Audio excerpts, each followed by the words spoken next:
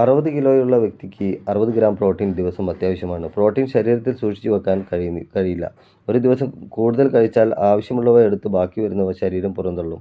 അതിനാൽ അതാത് ദിവസത്തേക്ക് വേണ്ട പ്രോട്ടീൻ അതാത് ദിവസം കഴിക്കണം.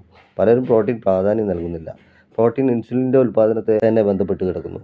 ശരീരത്തിൽ ഇൻസുലിൻ ഉൽപ്പാദിപ്പിക്കുന്നത് പാൻക്രിയാസിലെ ബീറ്റാ കോശങ്ങളാണ്. ബീറ്റാ കോശങ്ങളുടെ നിർമ്മാണത്തിന് പ്രോട്ടീൻ അത്യാവശ്യമാണ്. കാലങ്ങളായിട്ടുള്ള പ്രോട്ടീൻ്റെ കുറവ് ബീറ്റാ കോശങ്ങളുടെ നിർമ്മാണത്തെ ബാധിക്കുന്നു. പ്രധാനമായും പ്രോട്ടീൻ ലഭിക്കുന്നത് 4 മാർഗ്ഗങ്ങളിൽ നിന്നാണ്.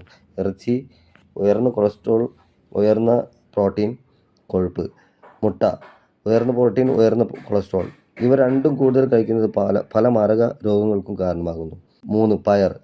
പയർവർഗ്ഗങ്ങൾ കൊഴുപ്പ് കുറവ്, പ്രോട്ടീൻ്റെ അളവും കുറവാണ്. സോയാബീൻ. പോഷക വിദഗ്ധർ ഒന്നടങ്കം പറയുന്നു ലോകത്തിലെ ഏറ്റവും സുരക്ഷിതമായ പ്രോട്ടീൻ സോയാബീനിലെ പ്രോട്ടീനാണെന്ന്. കാരണം സോയാബീനിലെ പ്രോട്ടീൻ ഇറച്ചി, മുട്ട എന്നിവയിലെ പ്രോട്ടീനോട് കിടപിടിക്കുന്നതാണ്.